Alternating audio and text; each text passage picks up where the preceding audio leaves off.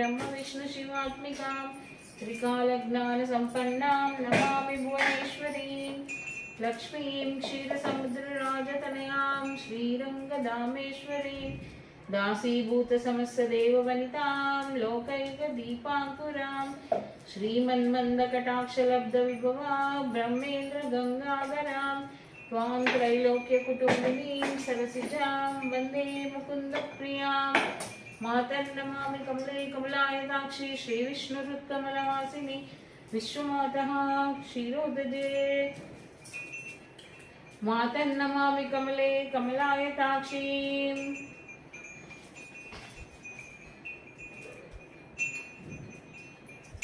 श्रीविष्णुरुत्कमलवासिनीं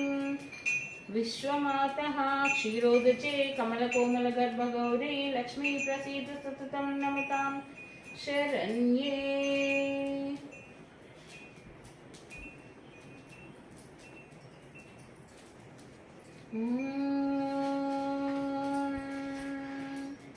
श्री सूक्तम्। ओं हिरण्यवर्णां हरिणीं सुवर्णरजतस्रजां चन्द्रां हिरण्मयीं लक्ष्मीं जातवेदो मावह तां मा आवाह जातवेदो लक्ष्मीमनपगामिनीं यस्यां हिरण्यं विन्देयं गामश्वं पुरुषानहम् अश्वपूर्वां रथमद्यां हस्तिनादप्रबोधिनीं श्रियं देवीमुपाह्वये श्रीर्मार्देवीजुषतां कांसोऽस्मितां हिरण्यप्राकारां समुद्रतनयां जयां नमामि मङ्गलां देवीं विष्णुपत्नीं कांसोऽस्मितां हिरण्यप्राकाराम् आर्द्रां ज्वलन्तीं तृप्तां तर्पयन्तीं पद्मे स्थितां पद्मवर्णां तामिहोपह्वये श्रियं चन्द्रां प्रभासां जलसां ज्वलन्तीं श्रियं लोके देवदुष्टामुदारां तां पद्मिनीं शरणमहं प्रपद्ये अलक्ष्मीर्मे नश्यतां तावृणे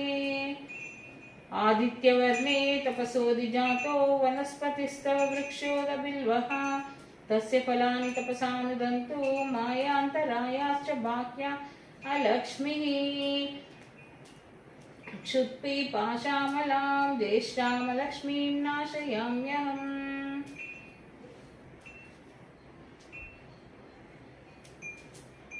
उपैतु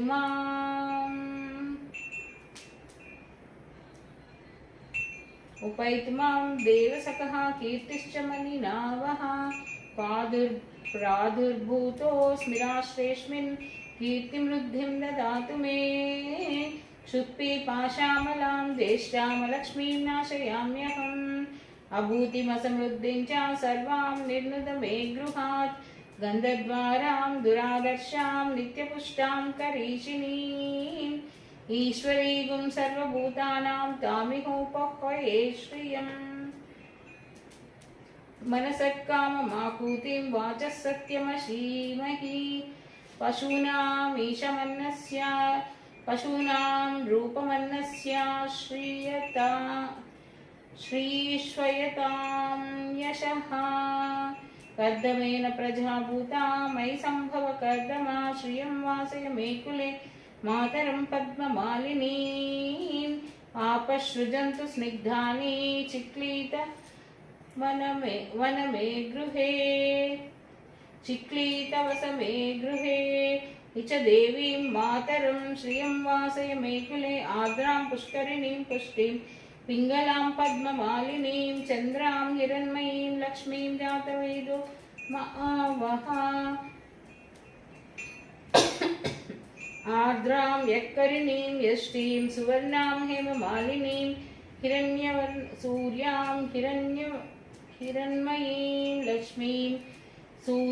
हिरण्मयीं लक्ष्मीं जातवेदो मावह जातवेदो लक्ष्मीमनपगामिनीं यस्यां हिरण्यं प्रभूताम्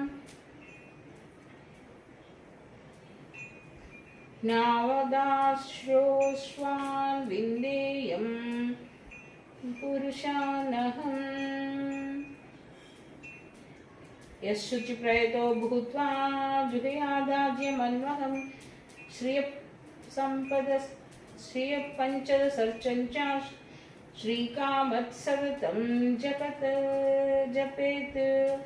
आनन्दकर्दमश्चैव चिक्लीत इति विश्रुता ऋषयस्ते त्रया पुत्रा स्वयं श्रीदेवी देवताः पद्मानने पद्मोरु पद्माक्षी पद्मसम्भवे त्वां मा भजस्व पद्माक्षी येन सौख्यं लभाम्यहम् अश्वदायी च गोदायी धनदायी महाधने धनं मे जुषतां देवीं सर्वकामांश्च देहि मे पुत्रपौत्रधनं धान्यम् हस्तश्वाधीव गावेरदम्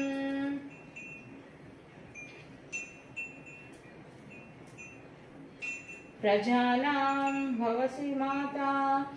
आयुष्यं तं करोतु मां धनमग्निं धनं वायुः सूर्यो धनं वसुः धनमिन्द्रो बृहस्पतिं वनं धनमश्नुते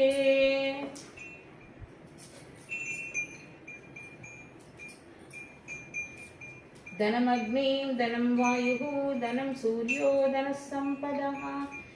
धनं वसुः सूर्यो धनं वसुः धनमिन्द्रो बृहस्पतिं वरुणं धनमश्नुते चन्द्राभां लक्ष्मीमीशानां सूर्याभां श्रियमेश्वरीं चन्द्रसूर्याग्निभां श्रीलक्ष्मी उपास्महे वैनतेय सोमं पिब सोमं